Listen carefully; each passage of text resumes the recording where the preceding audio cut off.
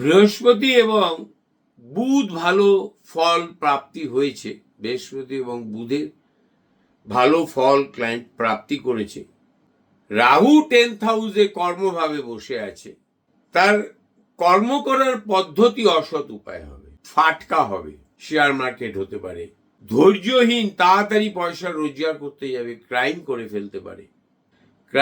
ফেলতে পারে সে, এবং সে অল্প পরিশ্রমে বৃহৎ টাকা রোজগারের চেষ্টা করতে, তাতেও এরা সাকসেস হয় যদি বুধ এবং বৃহস্পতি তার প্রপার জায়গায় থেকে সাকসেস হবে।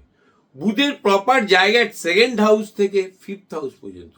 3rd হাউসে বুধ তেমন একটা দেয় না।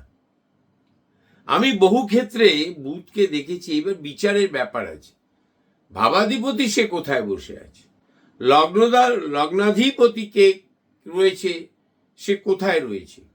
পঞ্চম ভাবাধিপতি বুধ, সে 2nd হাউসে বসে আছে। ভালো পড়াশোনা হবে, ভালো রোজগার হবে, আয় স্থান ভালো থাকবে, ওটা ধনস্থান।